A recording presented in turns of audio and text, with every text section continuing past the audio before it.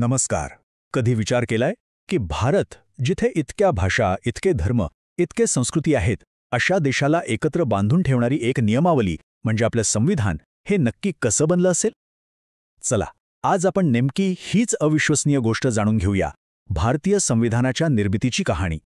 तर मग प्रश्न हाच उभा राहतो की स्वातंत्र्याच्या उंबरठ्यावर उभ्या असलेल्या, इतक्या विविधतेनं भरलेल्या आपल्या देशासाठी ही एक सर्वसमावेशक नियमावली तयार झाली तरी कशी? याच प्रश्नाचं उत्तर शोधण्यासाठी चला हा संपूर्ण प्रवास समजून घेऊया. बरं, तर सुरुवात करूया अगदी मुळापासून. म्हणजे ही जी कल्पना होती की आपलं स्वतःचं संविधान असावं, ही काही एका रात्रीत आलेली कल्पना नव्हती. नाही, यामागे अनेक दशकांचा संघर्ष होता, खूप विचारमंथन होतं.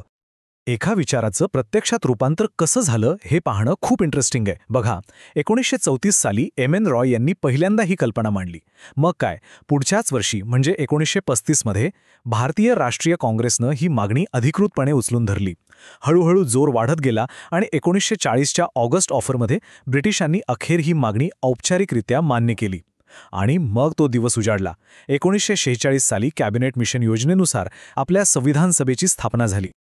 ठीक आहे, सभा तर स्थापन झाली, पण आता प्रश्न हा आहे की हे एवढं मोठं काम करणारं कोण होतं? कोण होते ते दिग्गज ज्यांच्यावर भारताच्या भविष्याचा पाया रचण्याची जबाबदारी होती? आणि आकडा ऐकलात तर थक्क व्हाल. सुरुवातीला या सभेत होते तब्बल 389 सदस्य. विचार करा, 389. यात फक्त ब्रिटिश भारतातले प्रतिनिधीच नव्हते, तर संस्थानांचे राजे महाराजे सुद्धा होते. म्हणजे खऱ्या अर्थानं ही संख्याच त्यावेळच्या भारताच्या विशालतेचं आणि विविधतेचं प्रतीक होती. आता त्यावेळीची राजकीय परिस्थिती कशी होती हे या आकड्यांवरून लगेच लक्षात येतं. निवडणुकीचे निकाल आले तेव्हा काँग्रेसला मिळाल्या 208 जागा, म्हणजे स्पष्ट बहुमत. मुस्लिम लीगला मिळाल्या 73 जागा आणि इतर छोट्या मोठ्या पक्षांना मिळून 15 जागा. या आकड्यांवरूनच त्या काळातली राजकीय समीकरणं कशी असतील याचा अंदाज येतो. आणि इथे खूप इंटरेस्टिंग गोष्ट आहे, ती म्हणजे संविधान सभेचं काम भारताला स्वातंत्र्य मिळण्याच्या आधी सुरू झालं होतं. आणि हे काम फक्त काही कायदे नियम लिहिण्यापुरतं मर्यादित नव्हतं. नाही, हे काम होतं एका नव्या राष्ट्राच्या, एका नव्या भारताच्या आत्म्याला आकार देण्याचं. तो दिवस होता 9 डिसेंबर 1946.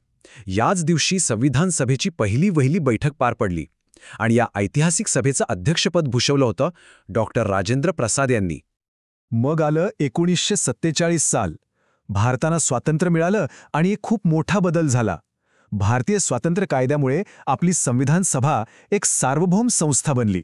आता याचा अर्थ काय? सोप्या भाषेत सांगायचं तर आता भारताचं संविधान कसं असेल हे ठरवण्याचे पूर्ण अधिकार आपले होते. ब्रिटिशांचा कोणताही हस्तक्षेप किंवा दबाव आता चालणार नव्हता. आणि बघा, या सभेचं काम किती मोठं होतं. त्यांनी फक्त संविधानच नाही लिहिलं, अरे, त्यांनी आपला तिरंगा राष्ट्रीय ध्वज म्हणून स्वीकारला, तेही जुलै 1947 मध्ये. राष्ट्रकुल सदस्यत्वाला मान्यता दिली, आपलं राष्ट्रगीत आणि राष्ट्रीय गीत स्वीकारलं. इतकंच नाही तर भारताचे पहिले राष्ट्रपती कोण असतील हेही याच सभेनं ठरवलं. हे सगळं करण्यासाठी वेळ तर लागणारच होता. देशाच्या भविष्याशी जोडलेल्या प्रत्येक छोट्या मोठ्या गोष्टीवर चर्चा करण्यासाठी संविधान सभेची एकूण 11 सत्र झाली, तब्बल 11 सत्र. आणि प्रत्येक सत्रात खूप खोलवर चर्चा आणि विचारविनिमय झाला. आणि या 11 सत्रांमध्ये फक्त आणि फक्त संविधानाचा जो ड्राफ्ट होता, जो मसुदा होता, त्यावर चर्चा करण्यासाठी किती दिवस लागले असतील असं वाटतं? तब्बल 114 दिवस. यावरूनच कल्पना करा की आपल्या संविधानातल्या प्रत्येक शब्दावर, प्रत्येक वाक्यावर किती सखोल विचार झाला असेल. आता एवढं मोठं काम एवढे दिवस चाललं तर खर्च तर येणारच. या संपूर्ण प्रक्रियेसाठी त्या काळात खर्च आला होता तब्बल 64 लाख रुपये. आता आजच्या काळात ही रक्कम कदाचित कमी वाटेल, पण तेव्हाच्या हिशोबानं ही प्रचंड मोठी रक्कम होती. यावरून हेच दिसतं की आपलं संविधान बनवण्याच्या कामाला किती गांभीर्यानं घेतलं गेलं होतं.